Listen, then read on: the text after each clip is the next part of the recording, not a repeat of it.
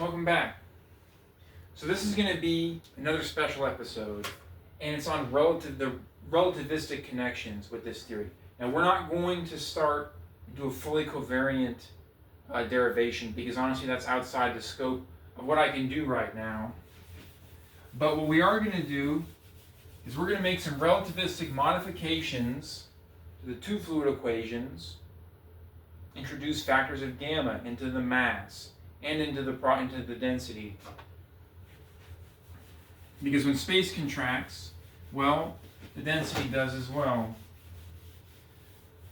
So we're going to do that, and we're going to show that it doesn't matter, that these relativistic modifications do not change the structure of the two fluid equations in the Z-pinch ensembles. And that hinges on what we've got here, which shows that the convective nonlinearities go away. So I don't even really need, honestly, to write this stuff out, because it's already here. But that's only one piece of the puzzle, right? The other piece of the puzzle comes from the fact that, okay, remember, we have a mass-averaged MHD flow. That's the ion mass times the ion species velocity plus the electron mass times the electron species velocity. Okay? And so we also have the drift velocity. All right? The drift velocity is what the current density is based on. In a hydrogen plasma, singly ionized, so that we have, this is quasi-neutral, so that we have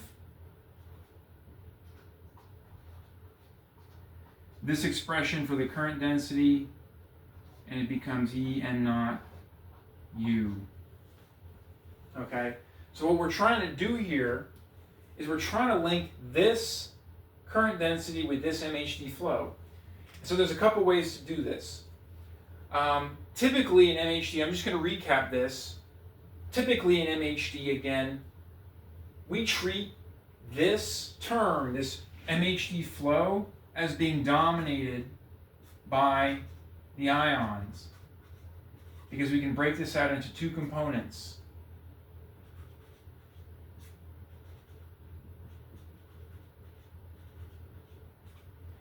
And in a non-relativistic case, when we're thinking about these masses as the rest mass of the species, the electron rest mass is much smaller than the ion rest mass, so that this term goes to approximately 0, and this term goes to approximately 1, which means that in a non-relativistic case, yes, the ions dominate the MHD flow. But the problem with that is that it doesn't allow us to connect this with this, unless we assume stationary electrons. That doesn't make sense to me, to assume stationary electrons. It just doesn't make sense to me, not when you say everything's non-relativistic. So that's not a valid approach. The only valid approach that I see is to assume stationary ions. If we say that, and this is just a rehash of an earlier argument, I just want to set the stage here. If we say that Ui is approximately 0, that implies that the drift velocity is linked directly to the electron velocity, and it also implies that the MHD flow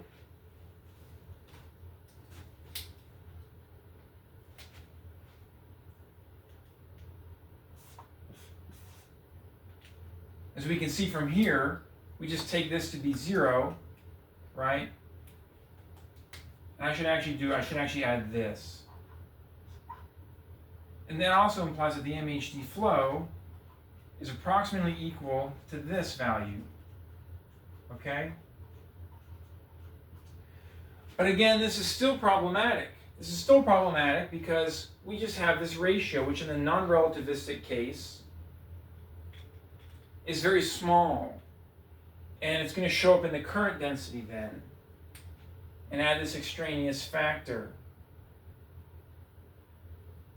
The only way we can take this to be one, to be unity, which is what we want, is if the electron mass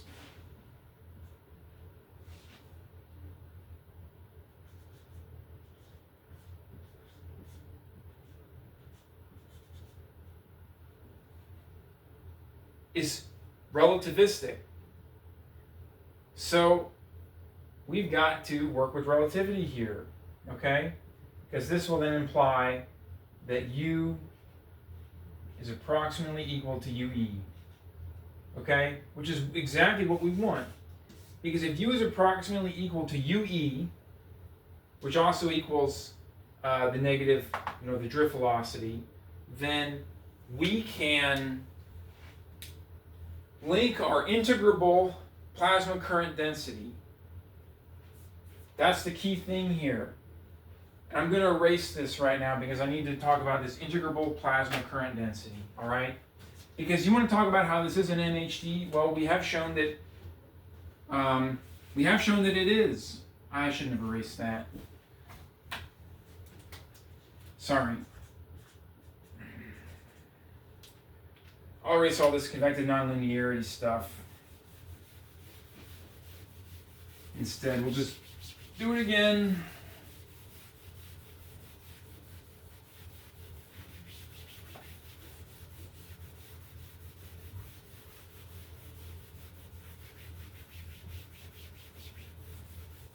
I filmed a version of this last night, and then I realized that the relativistic argument I was making was not quite as strong as I hoped.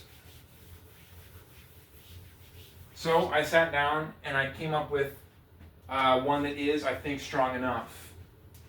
Because remember, we have relativistic electrons, okay? And so then, if we have U approximately equal to UE, that implies that J, right, so ions are stationary, that implies that J is approximately equal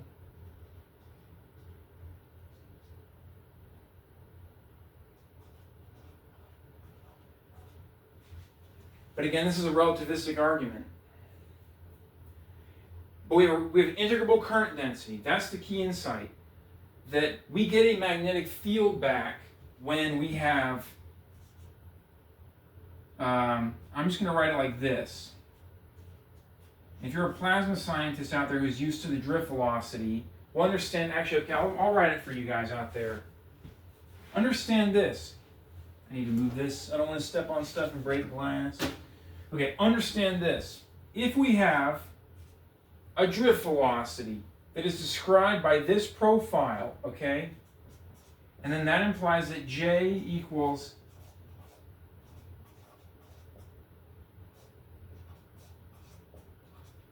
we get a magnetic field back when there's a Z-pinch. And this is a Z-pinch current density, okay?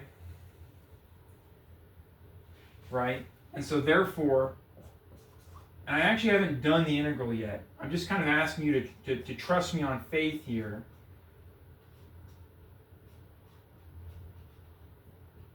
The magnetic field we get back will look like this. And if we have a negative sign here, there'll be a negative sign out front. It doesn't really matter. The form stays the same. It's just a direction. And I should say that therefore b theta of r when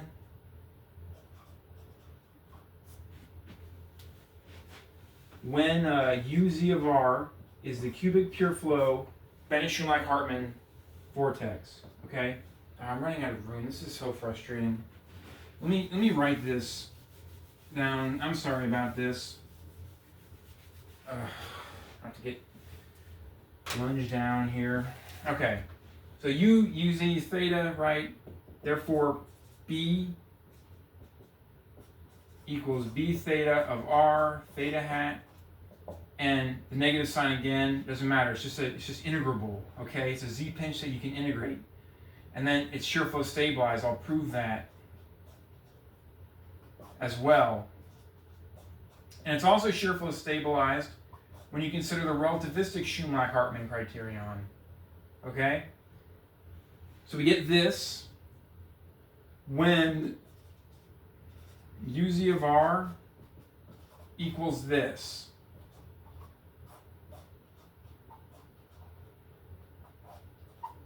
All right?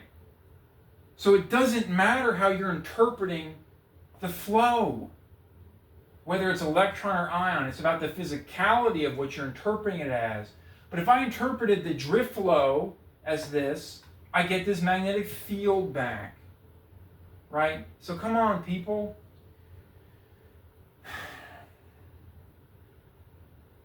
However, this comes from a non-relativistic Bennett profile and the derivations that have been done on this channel before. Now, one interesting thing to note real quick is that if we have a radial length contraction, this stays invariant. I'm just going to note that real quick. R goes to R over gamma, so there's a length contraction. And I know that people in the comments, there'll be some people, some relativistic physicists, be like, this isn't how we do, this is ad hoc, this isn't how we do relativity anymore. We do relativity starting from a 4-vector, right? We do relativity starting with, from first principles, starting from mass, momentum, and energy. Okay, well, look, I've got a result here that needs to be published, and I just don't have time to go and spend months reading through Annihilate. I don't, right? I just don't have time for that right now. So these ad hoc corrections, modifications are what we're going to do at the moment to show enough that this argument is valid. And you can see in the parameter sweep, all I'm doing is solving this model. I'm not fitting. Fitting is tuning parameters. This is merely taking the experimental data and solving it. So when we have these relativistic modifications, this profile stays invariant. Isn't that interesting? That's actually important. If we had a relativistic, a length contraction in the radial direction. Now, length contractions only happen in the direction of the motion. So you might say, Matt, this is irrelevant.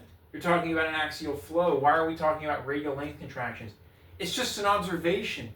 This is how physics is done. Theorists make observations, they write incomplete notes and send it to other theorists, okay? And that's how progress is made. Not by telling people, not by gatekeeping.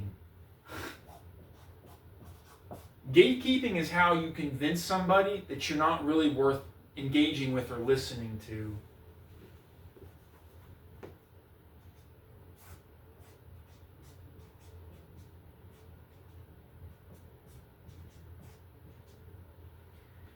So the gammas just get pulled out. We have a 1 over gamma squared come from the top, and then we have a 1 over gamma squared on the bottom, which becomes gamma squared over gamma squared. All right, so that's just an interesting observation that I made. But it is not an argument like what we need here, which is that these electrons are relativistic, okay? So let's go ahead and do that. Let's go ahead and start to study that. Because we actually can. Because the key is that this plasma current density is integrable. So if we have a relativistic plasma current density that is the same as this integrable one, that will also produce the exact same magnetic field. Okay?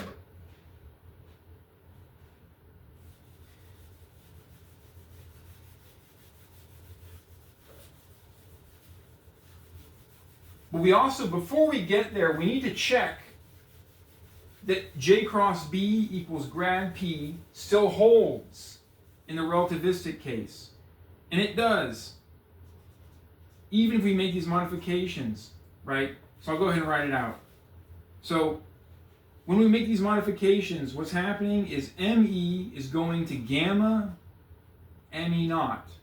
This is the rest mass of the electron. This is the relativistic gamma. It's a Lorentz, called the Lorentz factor. And this is what it equals.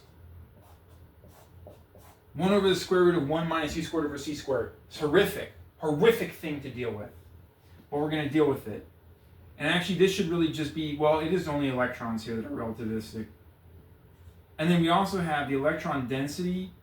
Similarly, the proper density, the density in the proper frame, the frame that I see that, you know, is around me, that's the proper frame, right?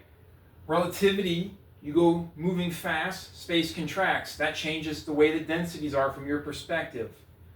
Okay?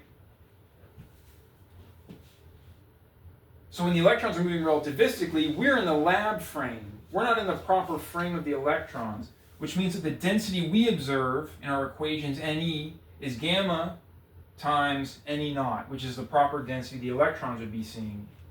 Okay, so what that implies then is that our momentum equations become this.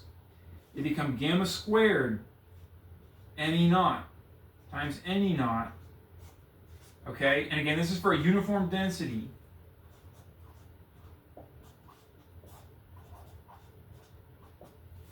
And now on the right-hand side, we have a factor of gamma show up. But I'm actually going to leave that factor of gamma inside the... I'm going to leave it inside of the electron density here for the moment.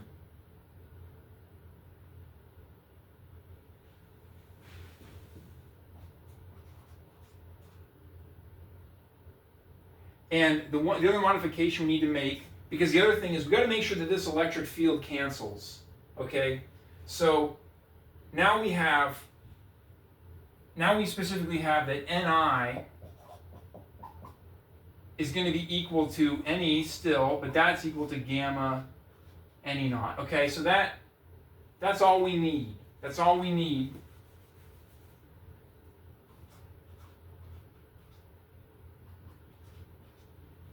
Okay? Because we can still cancel all this stuff out. And then we have Mi, Ni, and these are non-relativistic.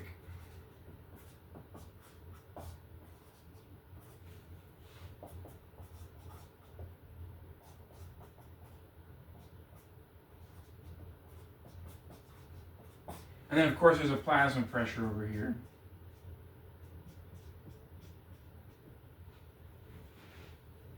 Okay? So, again, we have our Z-pinch ansatz. Our Z-pinch ansatz is for both the species.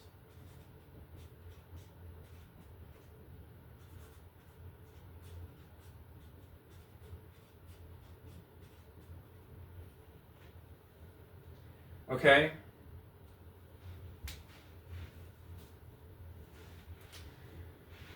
And if I'm not gonna write out the convective nonlinearities. They're at the beginning of the video that show for this Z-pinch ansatz. We've also shown it again. Doesn't change here, right? These both go to 0. It's a steady flow. This goes to 0. So the whole right-hand side here doesn't matter. These gammas, they don't matter. These gammas don't matter. All right? Which is exactly what we wanted.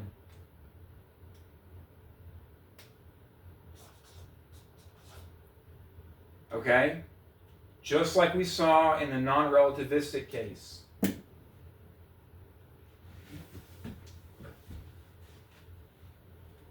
Let me come up here and erase this. Because it's been on the board long enough.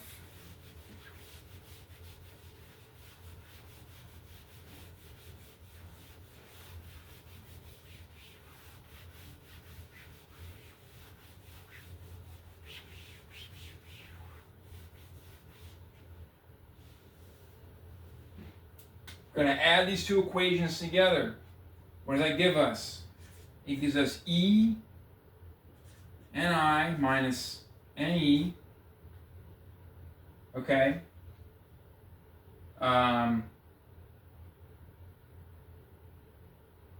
E. And then it gives us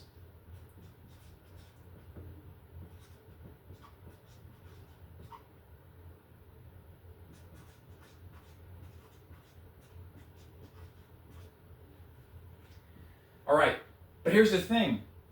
We have Ni equals Ne. Doesn't matter that the electrons are relativistic and the ions are not. In the lab frame, it's quasi-neutral. Their densities are the same. Therefore, we don't give a damn about this electric field, and that's exactly what we need. We need to get to ideal MHD here. All right? And then, of course, we have the plasma pressure. And those get lumped together, and that just equals 0. Where, again, P equals PI plus PE. Okay, excellent. And we have the same structure that we had. Doesn't matter that this is relativistic. It doesn't matter. Quasi-neutrality still holds. Therefore, we have En Ui minus Ue cross B. Okay? So I hope you're not uncomfortable with me doing that. It's just a cross product. It's a property of cross products. And the way you can always derive or see how properties of cross products work is with the Levi-Civita approach to them. I'm not going to go into depth there, but you have a vector A cross B. That's what this looks like. That's why cross product properties are what they are, is because you can slide things around like this. And this repeated indices indicate a summation. That might have been too much, I don't know. Anyways, which equals, this is just J cross B equals grad P. The structure doesn't change. It doesn't matter that this electron current or this plasma current is relativistic. It's still the exact same force balance that we see in ideal MHD. All right? So what that means is there's a self-similarity property that we can exploit here. Whereas even if this relativistic current, let's write it out for stationary ions, okay? For stationary ions, we have En Ue. Okay? This is relativistic. So this density, now this is where we add back in that factor of gamma, right? Sorry, I'm getting ahead of myself here. Don't need to put that there yet. Actually, let me put that there. All right, we have an axial current. Now this equals En naught gamma of R Ue of R Z hat, and we want this just to be equal to the integrable plasma current density. Now, this sign, it doesn't matter if this is a negative or a positive sign. All that matters, because we're going to square it. We're going to square it to get rid of the square roots in the gamma. I'm going to erase this. And again, just to prove that these go to 0, the convective nonlinearities and the inertial forces, the beginning of the video has it. The plasma formulary will show it. So I'm not going to do that again here. I'm just going to keep moving forward with this derivation. And what we're going to prove in this video is that we can find an electron, a relativistic electron flow that satisfies a self-similarity property. And we're also going to prove that the relativistic Shumlak-Hartman criterion is also satisfied for the cubic pure flow Bennett Shumlak-Hartman vortex. Hartman deserves to have his name on this as well. Okay, this is it. En naught, it goes away. Therefore, we have gamma of R, Ue of R, which equals Ue of R, 1 minus Ue squared over C squared, and that is equal to Uz of R, all right? Where again, Uz of R, like I just said, we've seen the profile before.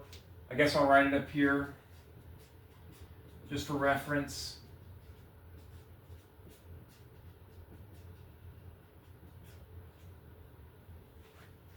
Okay? We can just back out. Let's square both sides. Squaring both sides implies that we have Ue squared over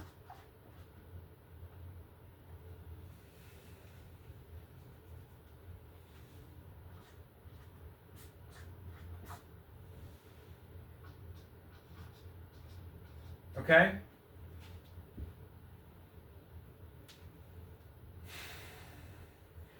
Get a common denominator, all right? Multiply this, 1 becomes a c squared over c squared. C squared goes in the top. That leaves us with c squared minus ue squared on the bottom, c squared ue squared on the top. We're going to move the c squared minus ue squared over here. All right? Therefore, we have ue squared. Goodness gracious.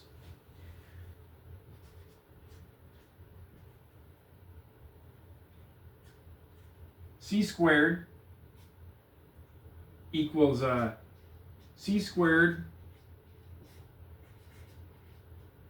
Okay? We got this. Hey, that's great.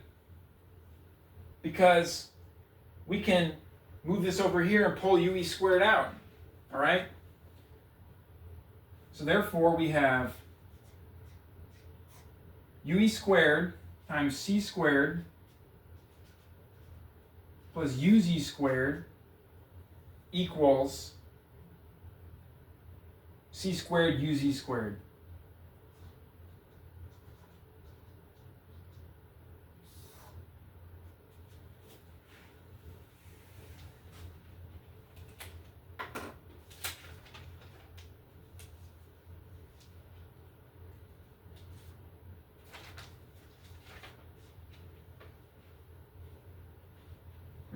Yep, that's what we have.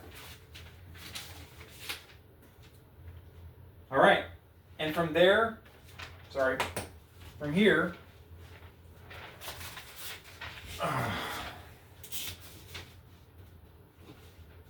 then we have that ue squared equals c squared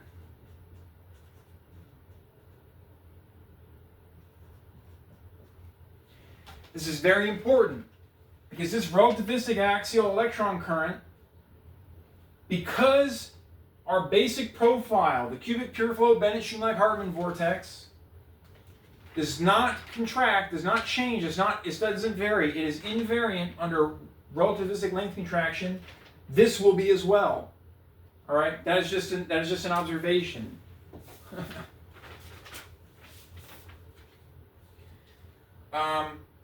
Now what we want to do next here is, well, what do we want to do? We found it. It didn't take that long to find it. What we want to do is now we want to show, because remember, this UE squared is approximately the MHD flow velocity, which in that case then would be equal to the drift velocity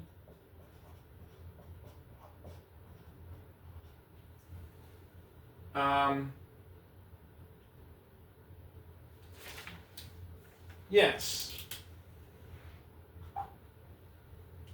In the non-relativistic case, all right? And then we could study the Shumlak-Hartman criterion. What does it say? Is this shear flow stabilized? All right? And I know you're thinking, looking at this going, wait a second, UE squared is this, not that. That's because this is non-relativistic. This is relativistic, okay?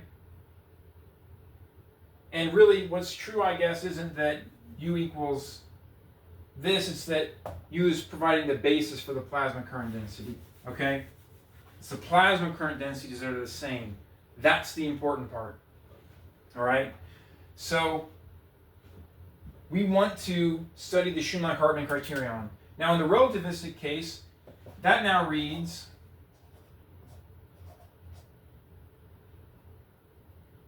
right? And so, this UZ, I'm going to leave the Z off because it's assumed. I don't want to be confusing having a UZ there and a UZ down here. Right? U equals U of R Z hat, which is approximately equal to UE of R Z hat. All right? So what this means then is now we can study this. And it has to be greater than or equal to 0.1 k, the axial wave number, times the relativistic out-vane speed.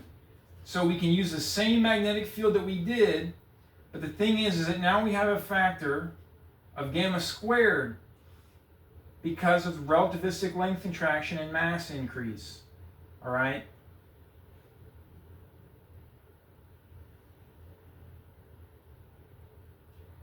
Yeah, gamma squared, I'm going to leave this as rho naught. Okay?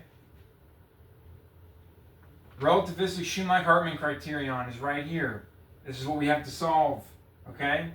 We have to show that this works. Now, I showed the form of B earlier, and we haven't derived it yet. You can find it in the supplement on the last archive version. You can use U substitution, computer algebra system. The thing about B is B has some really important properties. One of B's important properties is that its structure goes to 0 as the plasma radius does. So if we wanted to study whether this is shear flow stabilized for an arbitrarily small space, then what happens on the right-hand side is that B is going to go to 0. And we actually really like having this gamma squared that's squared, or taking the square root of in the denominator. Because then what occurs is that we need a du E of r that is greater than pi over 5L, that's from the axial wave number, times 0.1, times B,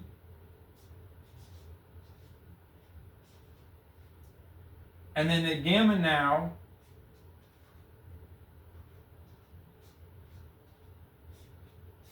goes on top. All right? So we get a common denominator.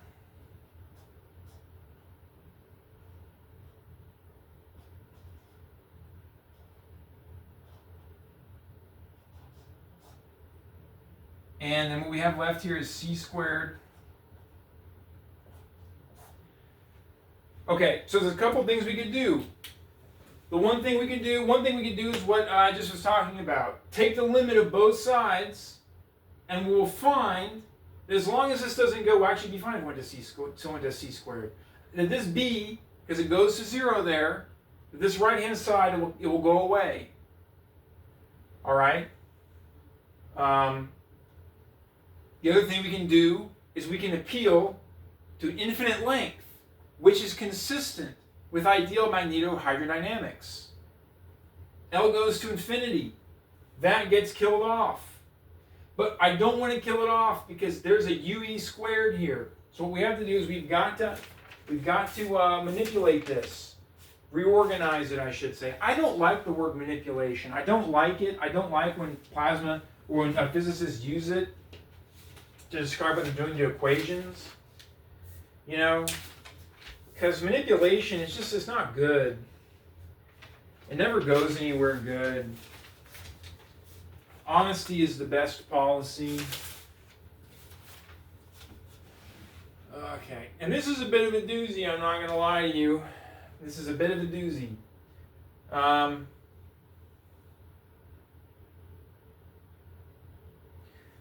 we've got the c squared, e squared on the right-hand side.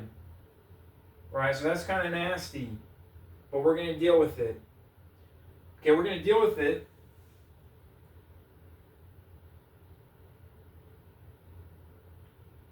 And how we're going to deal with it is I got to find in my notes where I dealt with it and how.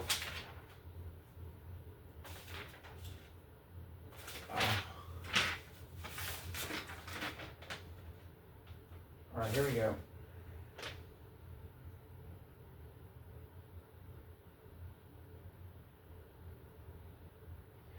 How we're going to deal with it is we're just going to move it over here. All right? So what we're looking for here is we're looking to verify that this expression right here is greater than 0.1 kVA in a non-relativistic, right? Because again, actually, well, there's a C. Let me throw the C over here. Okay, so when we do that, we have the non-relativistic Shumlak-Hartman criterion for the shear the shear threshold. That's what it's telling us. It's telling us this is how much shear we need to be shear flow stabilized. Well, here's what we're going to do. We're going to throw this away, right? L goes to infinity. That's how we reach ideal magnetohydrodynamics with an infinite Reynolds magnetic number. One way of thinking about it. That equals 0.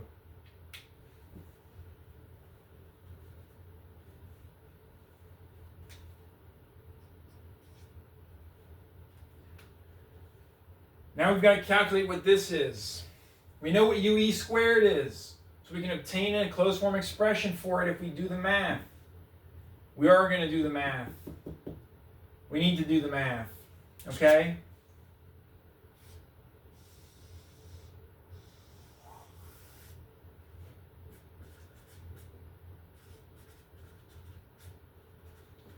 However, this video is getting quite long, and we've reached the spot that I think is a good stopping point.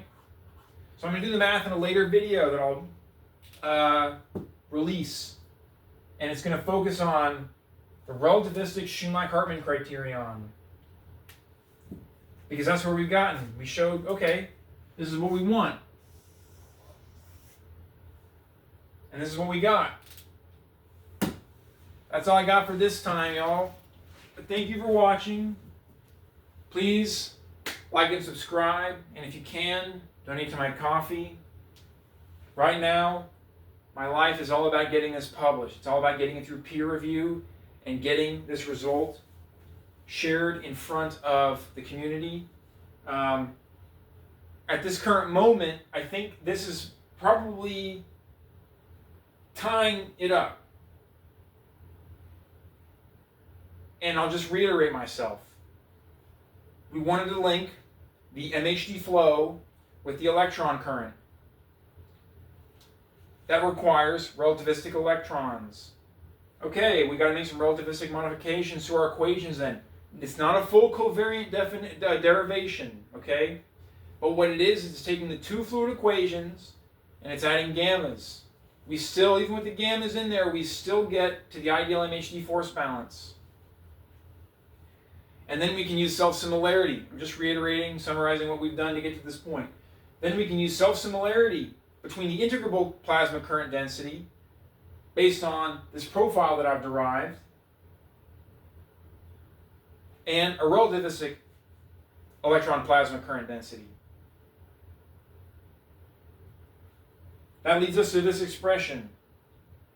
Relativistic modifications to the Shumlak-Hartman criterion lead us to this one.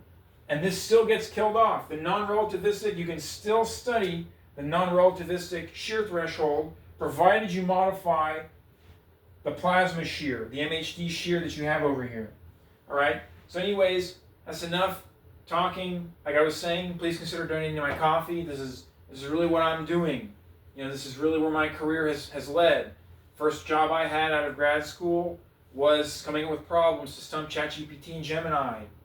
I came up with this, right? I swapped the Bennett profile between density and flow velocity. That's totally valid to do. It gives you a Bennett current density. All right, so it's still a Bennett equilibrium. And then I worked for 4 months at a startup named Xcora, where I was working on a digital twin. I wrote the fundamental architecture. I made it clean. I wrote a pipeline that takes in user data. Vulkan, it's a Vulkan pipeline. It takes in user data, sends it down a swap chain, gets it into the Z buffer, gets it onto your screen, all right? And they didn't want to pay for anything, so the contract ended prematurely. They were trying to not pay me. And then after that, I've spent the last 6 months working on this. So I'm at the point where I, need to get this thing published, and that's kind of where we're at. And I need your support to do that. So the link is in the description, and I will see you all next time. Thank you for watching.